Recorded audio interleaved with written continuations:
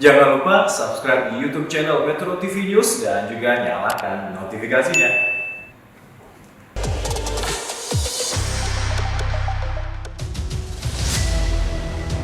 Kemarin saya sampaikan Pertamina diminta untuk mengendalikan agar APBN kita tidak mengalami tekanan tambahan karena anggaran untuk subsidi minyak dalam hal ini dan LPG serta listrik sudah mencapai 502 triliun rupiah.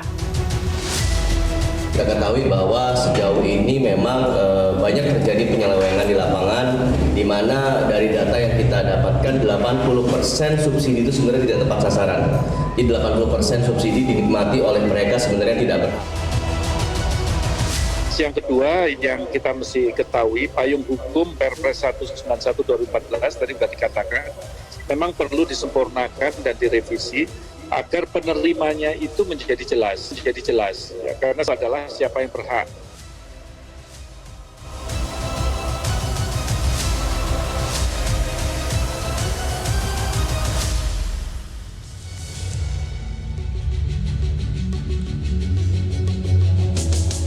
Terima kasih pemirsa, Anda masih bersama kami di Economic Challenges. Saya ingin ke Mas Faisal. Mas Faisal, sebelum kita bicara soal penyaluran tadi yang Mas Misbakun katakan, sebetulnya kenaikan konsumsi Pertalite itu lebih karena memang pemulihan ekonomi, terutama pasca COVID, atau karena Pertamax terus yang dinaik-naikkan harganya, sehingga akhirnya orang yang tadinya pakai Pertamax beralih ke Pertalite. Ya, dua-duanya menurut saya. Kalau kita lihat dari peningkatan konsumsinya ini sejalan sebetulnya. Kalau kita lihat mobilitas itu memang kalau kita ukur dari pada saat awal pandemi sampai dengan yang akhir ini sudah jauh lebih di atas sekarang gitu ya. Tapi memang beda-beda. Jadi ada mobilitas yang jangka pendek sekali, ada yang jangka dalam agak panjang tapi dalam satu kota, ada yang antar kota. Nah, yang antar kota ini memang kalau dibandingkan dengan sebelum pandemi masih lebih rendah. Nah, tapi kalau yang dalam kota, apalagi yang jangka pendek gitu ya, yang masih bisa pakai motor, nah itu udah jauh lebih tinggi. Nah, jadi ada memang peningkatan konsumsi untuk Pertalite itu sendiri. Nah, tapi faktor yang lain itu juga adalah karena kan Pertamax dan juga yang di atasnya lagi itu kan makin jauh ininya ya, gapnya ya. Nah, itu pasti akan ada memang ini pengalihan ya, orang yang beralih dari pengguna Pertamax ke Pertalite karena yang konsumen yang di tengah-tengah ini sebetulnya kan kita tidak bisa pukul rata. Ada yang dia bisa beli Pertamax pun nggak ada masalah. Tapi ada yang dia sensitif terhadap harga, itu masih banyak itu yang sensitif terhadap naik 1.000 aja udah mereka bisa mencari yang lebih murah. Kalau jadi itu mestinya bisa diprediksikan sejak awal yang transmisi itu tadi. Nah, itu kalau bicara soal menambah kuota untuk BBM bersubsidi ini, kan dikatakan bahwa DPR sudah setuju sekitar 5 juta kiloliter untuk Pertalite, tapi pemerintah masih berpikir-pikir. Pemerintah sebetulnya punya ruang fiskal untuk menambah subsidi itu. Nah, kita definisikan ruang fiskal dulu. Nah, sekarang kalau jebol kuotanya udah pasti ya, jadi tetap pengendalian sudah pasti ya? Iya, menurut saya sudah pasti. Yang 6 juta itu akan habis sebelum Desember? Habis, ya sebelum Desember bisa malah sampai September ya. Kalau Oktober lah paling lama ya menurut saya.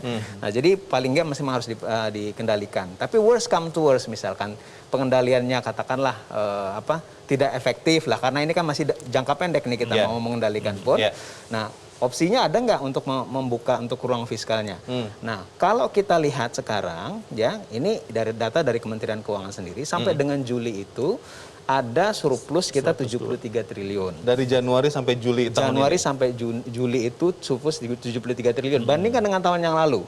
Januari sampai Juli 2021 itu defisit 270 sekian. Jadi jauh kondisinya. Nah, target bagaimana? Target daripada defisit, awalnya 4,85%, kemudian setelah Perpres yang terbaru itu 4,5%. Outlook dari Kementerian Keuangan 3,9% Pak outlook. Jadi estimasi daripada Kementerian Keuangan sampai dengan akhir tahun ini akan terjadi defisit 3,9%. Berarti lebih rendah daripada targetnya. Nah, sekarang kalau tadi katakanlah sampai September udah habis, kita butuh tambahan 3 bulan. Nah, anggaplah nih hitungan kasar ya, katakanlah 50 triliun. Berarti dari estimasi defisit 732 triliun yang 3,9% itu tambah 50 triliun jadinya berapa? Itu sekitar 4,1% dari total dari total GDP. Oke. Targetnya 4,5. Iya. Nah, berarti masih jauh di bawah target kan? Masih di Jadi range. kalau kita berbicara ruang di bawah target untuk mencapai target itu masih sangat mungkin sekali. Jadi Gitu. lebih baik Tinggal- memang menambah kuota ya. daripada menaikkan harga. Nah, sekarang kita lihat kalkulasinya secara fiskal begitu. Nah, ongkosnya kalau seandainya dia naik bagaimana? Nah, itu tadi yang diceritakan Pak Misbahkun. Inflasi, ya. Nah, inflasinya ini sekarang kalau kita bicara inflasi, nah ada dua yang menjadikan inflasi kita sekarang itu masih relatif lebih moderat dibandingkan negara lain. Satu karena masih ditahan subsidi untuk energi, ya, energi yang disubsidi. Ya. Yang kedua, indeks harga produsen, ini inflasi global yang menekan banyak negara itu masih sekarang ditahan sama produsen. Belum sepenuhnya ditransmisikan ke konsumen. Oke. Itu gapnya udah tinggi sekali sekarang. Yeah, Jadi yeah. artinya tekanan ke depan terhadap inflasi lebih besar. Baik. Prediksi kami itu 5-6% sampai akhir tahun. Which is itu artinya sudah 5 kali lipat kurang lebih dibandingkan tahun yang lalu. Nah, itu dengan syarat tadi subsidi tetap tidak harga yang bersubsidi tetap tidak naik. Kalau sampai naik, nah ini kita hitung-hitung lagi seberapa naiknya. Oke. Ya, seberapa naiknya? Anggaplah misal Pertalite naik 10.000. Wah, ini menurut saya kemungkinannya bisa sampai 8%. Menjadi 10.000 maksudnya dari 7.650 harganya Dari 7.650 Oke. sampai 10.000. Nah, ini menurut saya bisa sampai 8%. Bahkan ya ini seringkali kan inflasi itu ada ekspektasi inflasi secara psikologis. Oke, oke. Nah, dan dampaknya bukan Yeah. hanya ke transportasi Yeah. tapi ke harga pangan dan Volatile lain-lain. food. Baik. Volatile food juga itu ikut. Oke. Karena secara historis selalu begitu. Jadi memang Mas Misbahkun memang lebih condong untuk pemerintah menambah kuota. Tadi dikatakan sekitar 5 juta kiloliter untuk Pertalite daripada menaikkan harga jualnya ya. Kalau dari ukuran kita mengukur risiko, trade off-nya yang paling ideal, yang menurut saya ya, ya nggak ada. Ini pilihannya susah semua. Ya. Pilihannya nggak ada yang enak. Ya. Ya kita, kalau saya ya, pilih nambah kuota. Tambah kuota. Tambah kuota. 50 triliun, ya kan, kita perkirakan tadi cuma tambah 5 juta kiloliter, 50 triliun. Semuanya kan masih di dalam sebuah kontrol risiko fiskal yang bisa dihandling. Baik. Lah, sekarang tapi syaratnya satu, Oke. pengendalian dijalankan, Nah. penyaluran subsidi. Karena apa? Subsidi ini kan dari dulu selalu rekomendasi, baik itu LKPP, Ya. baik itu dari laporan audit BPK yang sifatnya individual untuk subsidi. Oke. Semuanya memperbaiki sistem penyaluran subsidi. Itu. Nah, ini momentum kita untuk melakukan transformasi itu. Baik, baik.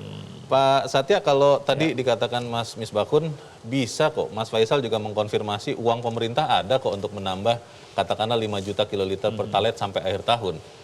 Itu benar-benar akan kemudian memastikan bahwa tidak akan jebol lagi 5 juta itu Enggak, sampai Desember enggak. atau menurut Anda seperti Tidak, apa? makanya tadi yang dikatakan Pak Misbahkun kan sebetulnya ada komanya tuh.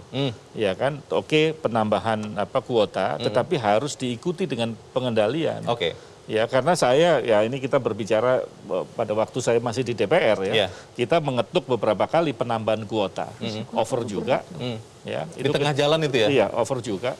Itu kejadian di tahun 2012-2013. Oh, 2013. Oke. Ya, bahkan waktu itu ada 4 gubernur dari Kalimantan datang Oh iya, yang minta tambahan itu meminta ya? tambahan itu. Oke.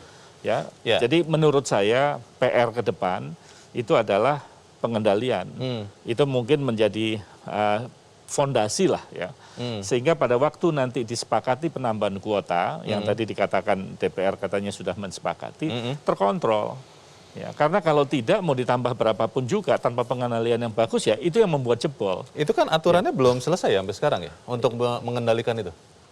Pengendalian belum kan Belum. justru yang saya sampaikan di beberapa kali media kan saya sampaikan bahwa perlu ada revisi Perpres kan. Oke. Karena di dalam revisi Perpres itu siapa yang eligible untuk menerima itu kan diklasifikasikan. Perpresnya sampai kapan itu Nah, di revisinya? Jangan-jangan nanti keburu habis juga kuota itu dalam pembahasan ini. Yang jelas mungkin Pak Saleh yang tahu apa namanya. Tapi Pak Satya, Tetapi yang paling tidak, Iya. yang esensi daripada Perpres itu adalah satu, Pertalite itu harus masuk di dalam termasuk jenis BBM penugasan. oh, Ya, jadi kemarin itu kan belum masuk ke sana, dulu kan cuma premium saja. Ya. Yang kedua penerimanya juga diatur. Oke. Ya. supaya apa? Supaya SPBU yang di tingkat operasional itu dia mempunyai basis. Ya. Kalau Ya. tidak nanti bagaimana kita melindungi? Ini kan sebetulnya mengarahkan mulai daripada distribusi terbuka menjadi Tertutup. dalam tanda petik ya semi tertutup lah, kira-kira begitu. Dari barang ke orang. Nah, semi tertutup. Jadi ini kan Ya. sudah bagus nih, Ya. merupakan langkah kita untuk mengatasi hal-hal yang tidak kita Baik. inginkan. Ingat Ya, loh, ya. saat ini inflasi kita rata-rata itu memang 4,9. Oke. Tetapi inflasi dari sektor pangan itu udah 11, sekian, hampir 12. Ya, ya. Lah, kalau administered price inflation-nya nanti bertambah, Ya. langsung ke volatile food, Baik. udah langsung. Pak Saleh, kalau pengendalian tadi yang disampaikan Mas Satya, itu kan ujung-ujungnya BPH Migas yang melihat, yang mengetahui ya. Apakah kemudian akan efektif dalam waktu yang cepat ya? Karena kan masih menunggu juga revisi Perpres itu. Bagaimana Pak Saleh? Ya pertama kita harus optimis. Harus optimis. Harus optimis. Optimis, ya betul Pak. Yang kedua, kalau solar sebetulnya kita sudah lakukan pengendalian. Solar ya? Solar. Jadi misalnya kalau kendaraan umum perorangan tuh maksimum boleh ngisi 60 liter per hari. Oke. Kalau umum roda 4 80, roda 6 200. Tapi itu masih uji coba kan sekarang? enggak, kalau ini Oh sudah itu sudah fix? sudah Untuk solar ya? berapa tahun ini. Untuk Pertalite belum? Cuma ini juga belum optimum. Oke. Karena sistem kita belum menyusun dalam bentuk sistem. Ya. Jadi orang bisa mengisi beberapa kali sehari itu. Meskipun sudah daftar? Loh, bentar dulu, ini kan belum. Oh. Nah, makanya sistem digitalisasi, sistem registrasi ini merupakan solusi terbaik menurut saya untuk bisa kita Mengendalikan. betul-betul mengarahkan yang konsumen yang betul-betul berhak. Hmm. Sasaran konsumen yang itulah yang disebut pengendalian. Itu betul-betul katakan sekarang begini kan. Kenapa sampai sekarang belum dilaksanakan juga itu Pak Saleh? Masalahnya di mana? Kok gini, jadi Mahal sistemnya? enggak, sebetulnya kan ini sudah berjalan. Oke. Ya kan. Ini yang kita lagi bahas berkali-kali adalah tentang My Pertamina. Kenapa My Pertamina? Karena Pertamina ini kan majority. Ya. Ada juga AKR dengan sistemnya, tapi kita bicara yang Paling banyak. Nah sekarang ini yang kita harapkan adalah kita registrasi dulu nih, ya kan? Jadi semua kendaraan yang kira-kira berhak atas subsidi itu silakan registrasi. Jadi kita belum dulu diskusi soal pembatasan. Oke. Minimal dari registrasi ini kita sudah bisa petakan tadi Pak Satya bilang. Ini adalah roadmap menuju ke securing subsidi. Sampai sekarang sudah ada belum Pak kriteria yang boleh dapat BBM bersubsidi? Karena kan masih wacana terus ya kalau tidak salah ya? Ya kita menghitung Mas Lee. Jadi kita menghitung. Kalau misalnya kita membatasi konsumsi Pertalite itu untuk mobil di atas 1500 cc, Oke. berapa saving? Baik. Kan kita punya datanya Pak. Ya. Kemudian saving ini cukup nggak? Oke.